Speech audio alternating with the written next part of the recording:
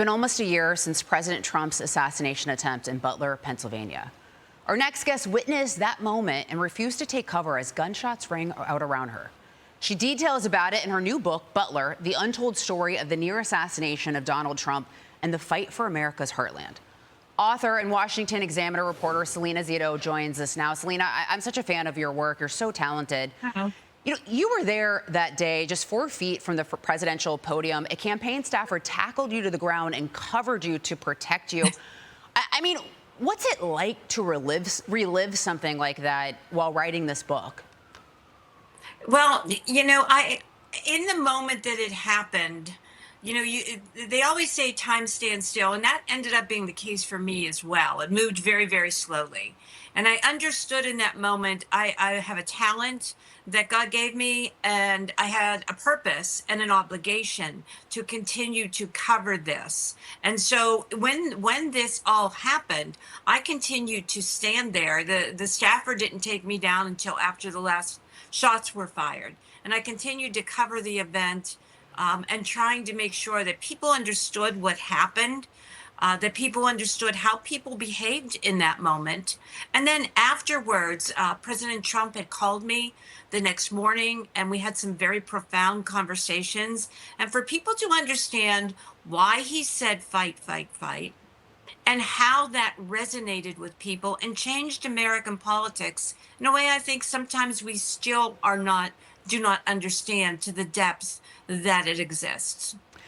You know, this has been a widely covered event, what happened on July 13th, 2024, but you had extraordinary access to President Trump, to Vice President J.D. Vance, Elon Musk, to security detail.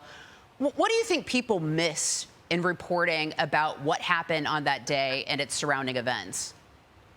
I think a lot of what they missed is why President Trump said fight, fight, fight. He told me the next day that he had an obligation, not as a man, not as Donald Trump, but as someone that represents the presidency, to show resilience and grit and the exceptionalism.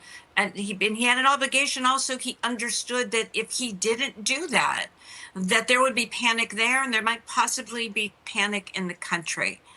And I think what people missed is this galvanized people that are not normally part of the conservative populist coalition, to rethink about what matters and what's important in their lives and what they were looking for to represent them and to govern for them. And so that is sort of the larger lesson in this book. It shows how much things changed from the ground. There were so many times during that cycle that I kept saying, you guys, you're not paying attention. Something very, very different and as important is happening. But also, I think that continues to happen. That sort of fist in the air and purpose, which Donald Trump talked to me about. He talked about God, and he talked about a newfound purpose.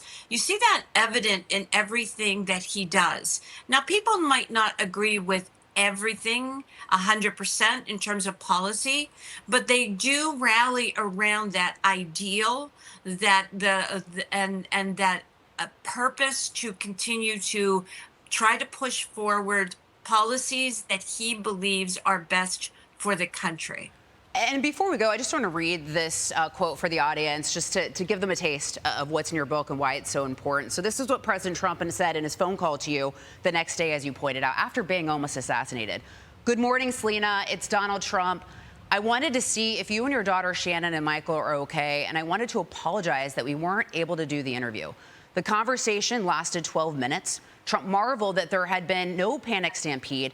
He was deeply saddened by the death of Corey Comparator, a 50-year-old firefighter attending the rally, and he worried about the other 2 men who had been shot. So here's a man almost assassinated. He's worried about you, and he's worried about the other people at the rally. Selena Zito's book is now available to order.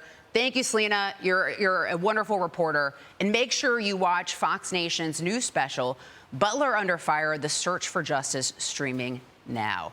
I'm Steve Doocy. I'm Brian Kilmeade. And I'm Ainsley Earhart. And click here to subscribe to the Fox News YouTube page to catch our hottest interviews and most compelling analysis.